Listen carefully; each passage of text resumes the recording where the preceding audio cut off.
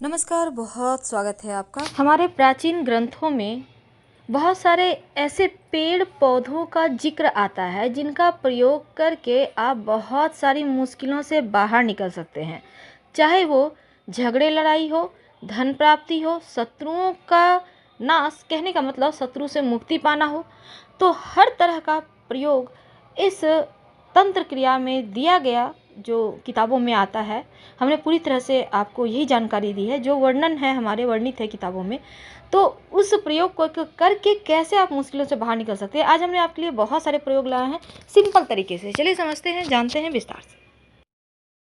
आज हम एक छोटा सा प्रयोग बताएंगे। इस वृक्ष को कहते हैं अमरबेल। ये कोई पौधा नहीं है बल्कि पौधे के ऊपर परजीवी बनकर रहता है। परजीवी यानी दूसरों पर आश्रित, लेकिन उसके ही ऊपर बैठकर उसी का रस चूसकर बड़ा होता है। तो आज हम आपको 5 टोटके बताएंगे।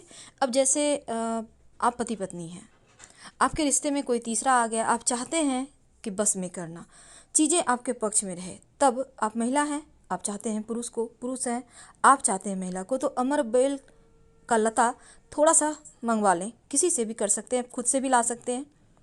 अब आप उतनी ही बड़ी लंबाई अमरबेल का लें, पत्नी है तो पति की इतना लंबाई ले ले अमरबेल।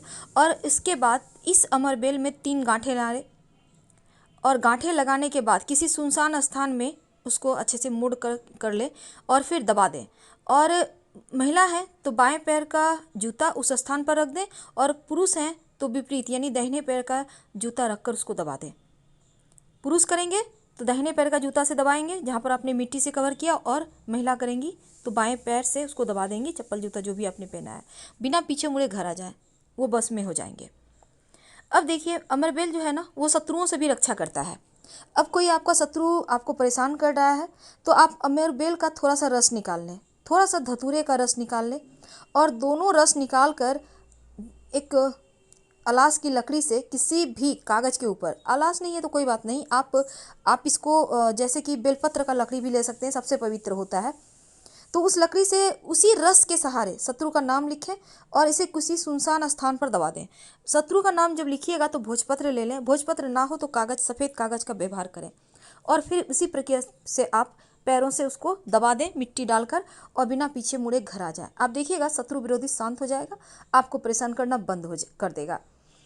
तो अमरबेल का जो बेल होता है, अमरबेल, ये वशीकरण भी करता है। अब जैसे कि आप लव रिलेशनशिप में हैं या फिर आप पति पत्नी चाहते हैं एक दूसरे का साथ मिले, तब जैसे महिला चाहती हैं तो अमरबेल को थोड़ा सा जला ले चुपके से, किसी को बताना नहीं है, चुपके से करना है, और उस राख को पति के कपड़ों पर हल्का सा छिड़क दे, ज़्यादा नहीं, 1 चुटकी, सच्चे मन से करें। आप देखिएगा कि आपके जीवन में कोई तीसरा भी नहीं आएगा और आपसे प्रेम भी बहुत ज़्यादा करेंगे। वैसे तो इस अमरबेल का जो टीका होता है, यानी कि शुभ मुहूर्त में आप अमरबेल ले आइए, किसी भी शुभ मुहूर्त यानी कि आप किसी भी दिन ला सकते हैं, और फिर लाकर उसको सुखा लें। अब उसको जलाकर राख बना लें और ये राख आप अगर नियमित रूप से इसका टीका लगाते हैं तो ये वशीकरण होता है। तो ये बहुत सिंपल है लेकिन बहुत ही ज़्यादा अचूक प्रयोग है। इसका टीका लोगों के सामने से बस में करता है और आपके दुश्मन भी यहाँ पर आपको कुछ परेशान नहीं कर पाते। तो अमरबेल के बहुत सारे प्रयोग हैं।